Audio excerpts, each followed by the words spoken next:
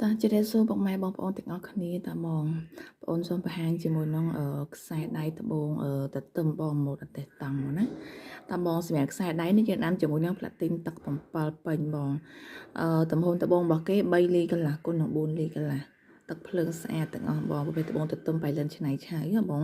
សម្រាប់ទំហំដៃរបស់គេគឺយើងដាំទំហំដៃលេខ16បងតែសម្រាប់ទំហំដៃគឺយើងអាចតបានទេបងបើសិនជាដៃបងធំឬក៏ដៃបងតូចគឺយើងអាចកាត់ចេញបានអញ្ចឹងណាបង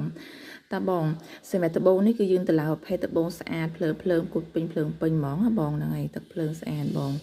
តសម្រាប់តម្លៃរបស់គេគឺតម្លៃរបស់គេ$2,400បង$2,400បងណាតទឹកភ្លើងស្អាតមែនតើបងប្រភេទត្បូងធម្មជាតិ100%បង